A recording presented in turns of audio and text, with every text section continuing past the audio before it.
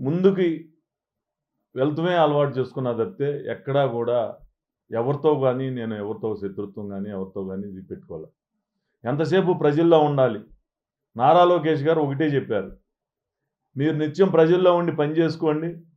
మీరు ప్రజల్లో గెలుస్తారనుకుంటే మీకు అవకాశం కల్పిస్తామని ఆ రోజు చెప్పడం, ఆ తర్వాత 14లో సీట్ ఇవ్వడం, మళ్ళీ 5 సంవత్సరాలు ఓడిపోయిన పట్టుదలతో అదే కృషితోటి పని చేసుకుంటూ మరుసటి రోజు నుంచే ప్రజల్లోకి వెళ్ళటం జరిగింది. ఈరోజు ఏం చేతకాని ఎదవలు కొంతమంది పార్టీ కోసం పని చేయటం తెలవదు. ఏదో ఒక విధంగా ఎదుటివాడి మీద బురద జల్లి లబ్ధి పొందాలనే ఆలోచన తప్పితే నేను ఛాలెంజ్ చేస్తున్నా. మీకు దమ్ము ధైర్యం ఉంటే ప్రజల్లోకి వచ్చి పనిచేసే దాని మీద పోటీ పడదాం, కానీ ఈ విధంగా ఎదుటి వ్యక్తి మీద నిజాయితీ ఉంది కాబట్టి నేను కోపంతో మాట్లాడుతున్నా. వంశీతోటి కొడాల నానితోటి నాకు సంబంధాలా? మీరు ఎవరైతే మాట్లాడుతూ ఉన్నారో మీకు సంబంధాలు ఉండి ఉంటాయి, కానీ నాకైతే సంబంధాలు లేవు. ఇదే మీడియా సాక్షిగా కొమ్మారెడ్డి పట్టాభి గారి మీద దాడి జరిగితే అంతకుముందు 6 రోజుల ముందే మీకు కుట్రలు జరుగుతూ ఉన్నాయి. వంశీగాడు నాని నీ మీద కుట్రలు చేస్తూ ఉన్నారు, నీ మీద దాడి జరగబోతా ఉంది అని చెప్పేసి పార్టీ కార్యాలయానికి అలాగే పట్టాభి గారికి కూడా చెప్పడం జరిగింది.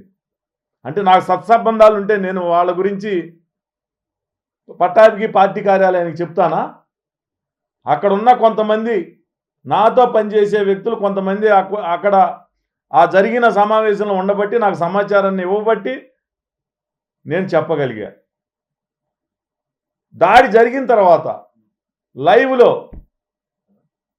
ఆ రోజు వాళ్ళ పేర్లతో సహా ఈ కుట్రలో ఎవరున్నారనేది కొడాల నాని వల్లభనేని వంశీ ఉన్నారని చెప్పేసి నేను ప్రకటించడం జరిగింది. అంటే నేను నాకు వాళ్ళతో అంటకాగితే నేను వాళ్ళ పేర్లు చెప్తానా? అంటే నేను అంత అమాయకున్నా? నేను ఒకటే చెప్తున్నా, మీకు ఏదైనా ద్వేషం ఉంటే ఎదురుగా వచ్చి దాడి చేయడం నేర్చుకోండి, కానీ ఈ విధంగా బురద జల్లే కార్యక్రమం అనేది మానుకోండి. నిజంగా మీకు పోటీ చేయాలా లేకపోతే నా మీద ద్వేషంతో నా మీద బురద చల్లాలో అనుకుంటే అది వేరే విధంగా తీర్చుకోండి తప్పితే అధిష్టానానికి తప్పుడు సంకేతాలు పంపించడం. నా పిల్లల మీద ప్రమాణం చేసి చెప్తున్నా, నేను కొడాల నాని అనే వ్యక్తిని ప్రత్యక్షంగా ఈ 5 సంవత్సరాల్లో ఒక్కసారి కూడా చూడలా, ఒక్కసారి కూడా ఫోన్లో మాట్లాడలా. వల్లభనేని వంశీతోటి ఒకసారి పెళ్లిలో కలవటం జరిగింది, 1-2 సార్లు ఫోన్లో మాట్లాడటం జరిగింది. అది కూడా అతను నాకు కాల్ చేస్తే నేను ఎన్నోసార్లు చెప్పా, భువనమ్మ గారి మీద దాడి జరిగినప్పుడు నువ్వు నోరు పారేసుకున్నప్పుడు నీ సర్వస్వం కోల్పోయావు, నువ్వు చేసిన తప్పు వెనక్కి తీసుకోలేని తప్పు చేశావని చెప్పేసి నేను మెసేజ్ పెట్టడం జరిగింది.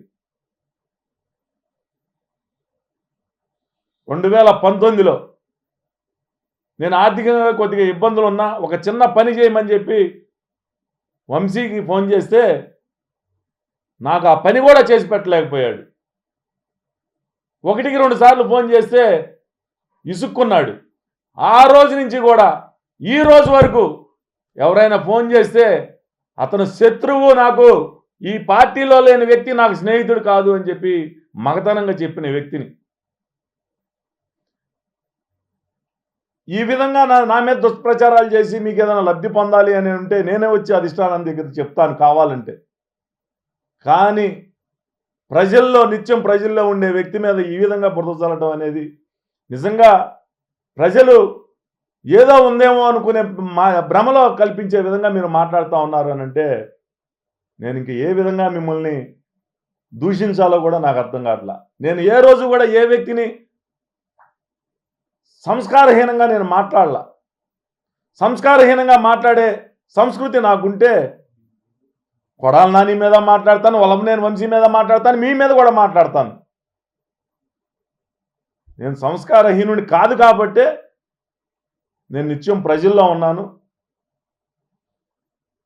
ప్రజల మధ్య ఉన్నాను.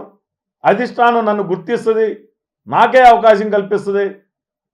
నేను పార్టీ అంటే ఒక డెడికేటెడ్గా ఒక క్రమశిక్షణగా, ఒక డిసిప్లిన్గా పని చేయాలి.